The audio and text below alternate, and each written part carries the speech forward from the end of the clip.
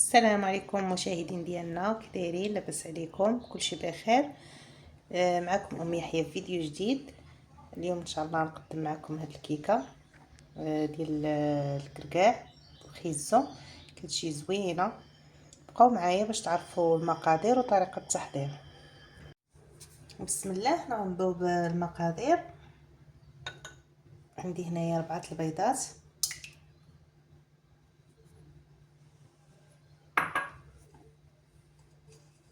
نزيد قبيصه ديال الملحه، نزيد كاس ديال سنيده،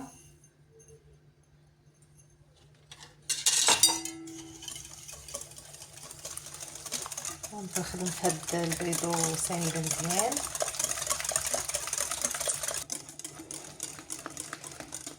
صافي هنايا غنزيد الزيت، عندي كاس تا هو ديال العنبه،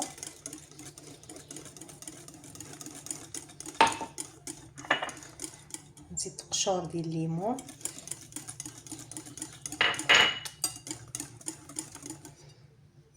نزيد كاس تاع الليمون معصور. عندي هنا العبار، كلشي بكاس العنبه.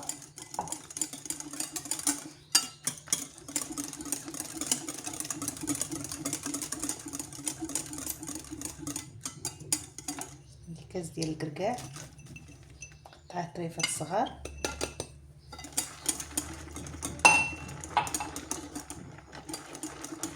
عندي كاس ديال الخيزو محكوك،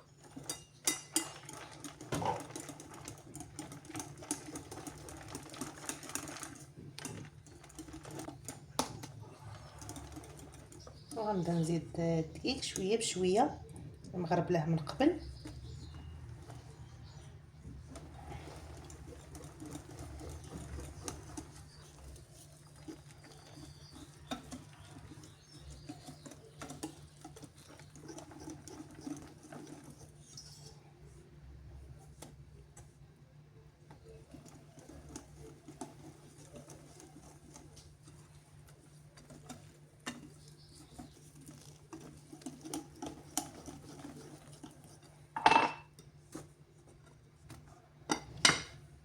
عندي هنا 3 خماعات حمرين ديال 7 غرام،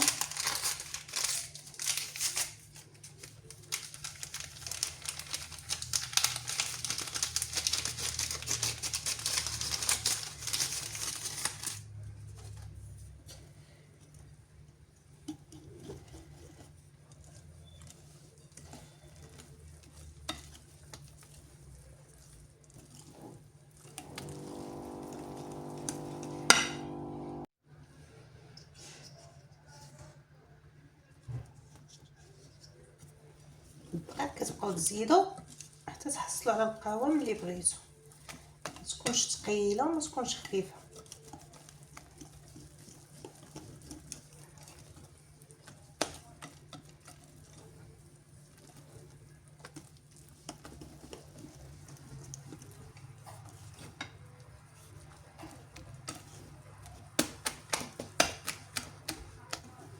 نتوما كيف تتجي القوام ديالها.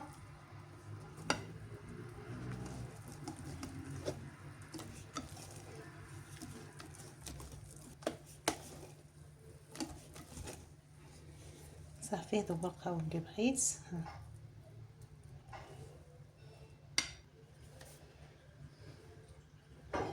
صافي هنايا غنجيب هذا المول اللي دهنتو بالزبده ورشيتو بالدقيق، صافي وغنفرغ فيه هذا الخليط بحال هكا.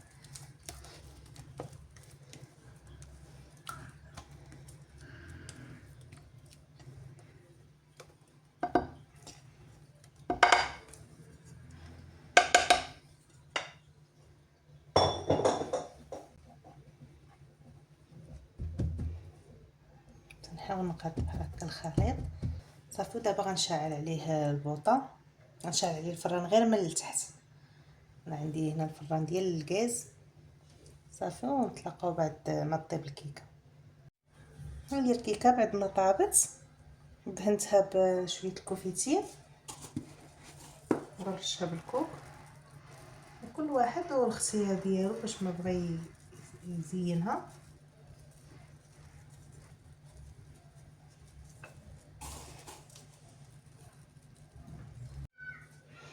صافي هي الكيكه بعد ما بردات قطعتها، نوريكم هنايا التجي.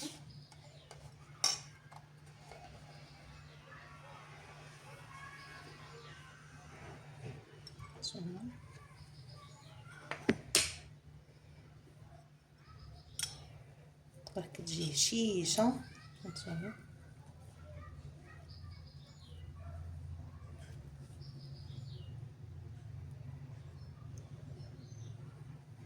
كتجي واحد الريحه زوينه فيها ديك ديال الليمون والكركاع، كتجي زوينه وكتجي معلكه. نتمنى تنال الاعجاب ديالكم هاد الكيكه، وما تبخلوش علينا باللايكات ديالكم، وشكرا، ونتلاقاو في شي فيديو اخر باذن الله.